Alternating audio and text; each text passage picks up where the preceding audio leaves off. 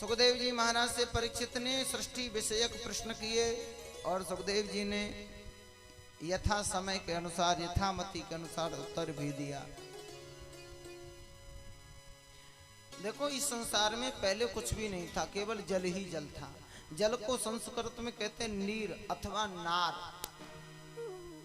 जल को कहते हैं संस्कृत में नार और भवन को कहते हैं अयन। तो जो नार पर अयन करते हैं उनका नाम है नारायण। बोले श्री नारायण भगवान की जय। भगवान नार पर शयन कर रहे थे और उनके मन में आई एको हम बहुत श्यामो, मैं एक से बहुत हो जाऊं। तो भगवान की नाभि से कमल उत्पन्न हुआ। कमल खिला तो उसे ब्रह्मा जी उत्पन्न हुए। ब्रह्मा जी के चार मुख, चारों दिशाओं में देखा, जल ही जल दिखा। मैं कहां से प्रकट हुआ समझ नहीं पड़ता, ये कमल कहां से आया इसकी खोज करी जाए। ब्रह्मा जी कमल नाल की डंडी में प्रवेश कर गए, नीचे जाते चले गए, जाते चले गए, लेकिन कमल का कोई और छोर न मिला। ब्रह्मा जी जब थक हार के बैठ गए तो ब्रह्मा जी को दो स्पर्श वर्ण सुनाई पड़े। तत्स्पर्श येषु यत् षोडश एक विंशम निष्किंचना नाम नृपयत धनयम विदुः। 16वां और 21वां दो स्पर्श वर्ण सुनाई पड़े। आप जब वर्णमाला को गिनना शुरू करेंगे क ख ग घ इस प्रकार से, तो 16वें नंबर पे आएगा त और 21वें नंबर पे आएगा प। आप दोनों को मिलाकर के देखिए तो अर्थ निकलता है तप। ब्रह्मा जी तप करो तो समझ में आएगा। ब्रह्मा जी ने 100 दिव्य वर्ष तक तप किया, तब ब्रह्मा जी को ध्यान में भगवान नारायण का दर्शन हुआ। बोल नारायण भगवान की जय। भगवान नारायण कहते हैं ये धाता, ये मैं तुम्हें उपाधि देता हूं, पद देता हूं, जाओ सृष्टि का सृजन करो। ब्रह्मा जी बोले भगवान, लोगों को दुनिया का छोटा सा भी पद मिल जाता है तो वे अभिमान में भर जाते हैं। प्रभुता पाहि काहे मद नाही, कर विचार देखो मन माही। आपने मुझे इतना बड़ा पद दे दिया दुनिया का, अगर मुझे अभिमान हो गया तो। भगवान बोले ब्रह्मा जी, अभिमान उन्हीं को होता है जिन्हें हमारी सत्ता का ज्ञान नहीं होता। जिन्हें हमारी सत्ता का ज्ञान हो जाता है उन्हें फिर अभिमान नहीं होता। ये मानव की सबसे बड़ी भ्रांति है। जिस भगवान के सामने हम लोग मांगते रहते हैं भिखारियों की तरह, सुख संपत्ति घरे आवे कष्ट मिटे तन का, रोज मांगते हैं, फिर उसी भगवान के नाम पर थोड़ा सा दान दे करके हम दानी होने का अभिमान करते हैं। मैंने इतना दिया, मैंने इतना दिया। अच्छा, जो दान देने के बाद अभिमान करता है वही सबसे बड़ा नादान है। अच्छा, जरा एक बात सोचिए, हमने दान दिया पहले है या भगवान से हमको मिला पहले है? परीक्षित जी, मिला पहले है ना, दिया बाद में है।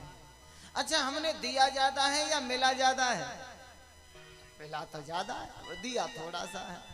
गजब की बात देखो, जिसने पहले दिया और ज्यादा दिया उसका नाम तो भूल गए, लेकिन जिसको हमने बाद में दिया और थोड़ा सा दिया उस पे हम भूल गए।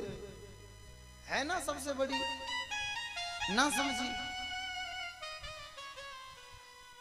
तो अभिमान किस बात का करें, विचार करिएगा। भगवान कहते हैं ब्रह्मा जी चतुश्लोकी भागवत में उपदेश कर रहे हैं। अहमेवा समेवाग्रही नान्यत यद सब सत्परम, पश्यादहम यदेतच यो वशिष्येति सोऽस्म्यहम्।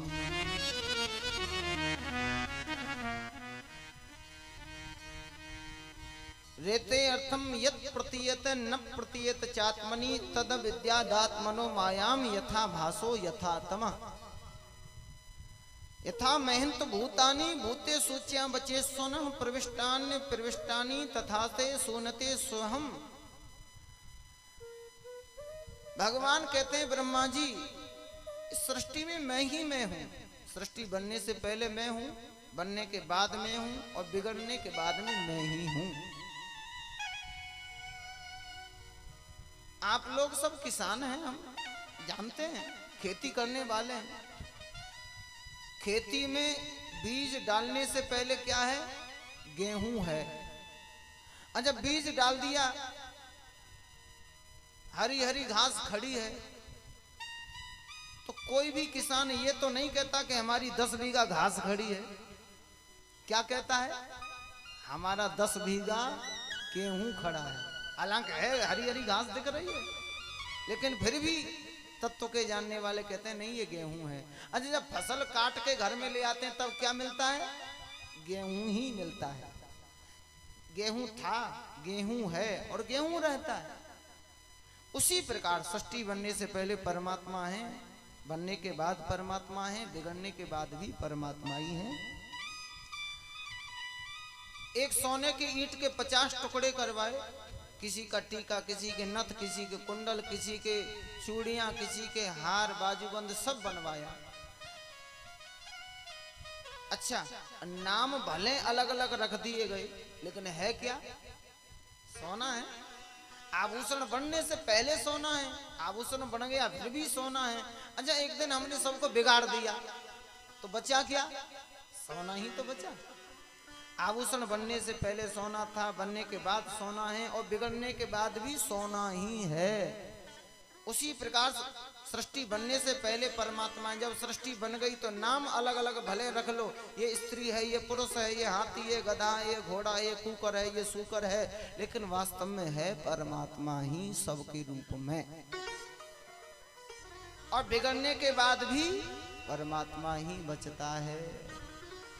इसलिए कहते हैं उमा जे राम चरण रत विगत काम मद क्रोध, निज प्रभु मैं देखहि जगत वे कही सन करहि विरोध। वे किसके सामने विरोध करें? ऐसा भगवान ने सुंदर उपदेश चतुश्लोकी भागवत का दिया। अच्छा, इसका एक और उदाहरण, एक महात्मा जी कहीं गली में होके जा रहे थे, अंदर घर के 2 बच्चों से झगड़ने की आवाज आ रही थी। बच्चे कह रहे थे सुन, शेर को तू खा ले, हाथी को मैं खाऊंगा। महात्मा जी बोले भाई कैसे बच्चे, ऐसे बच्चों को देखना चाहिए, शेर और हाथी को खाना चाहते हैं। अच्छा, महात्मा जी अंदर घर में घुस के गए तो क्या देखा? बच्चे जिन शेर हाथियों को खाने की बात कर रहे थे ना, वो दीपावली के समय पे खाड़ के बने हुए खिलौने थे।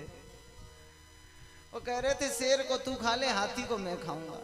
अब शेर खा लो तब भी शक्कर खाना है, हाथी को खा लो तब भी शक्कर खाना है, सूंड तोड़ के खा लो तब भी मुंह मीठा होना है, पूंछ तोड़ के खा लो तब भी मुंह मीठा खाना है। उसी प्रकार चाहे जिससे हमारा अगर वैर है तो उसके पीछे परमात्मा ही है, सृष्टि के पीछे।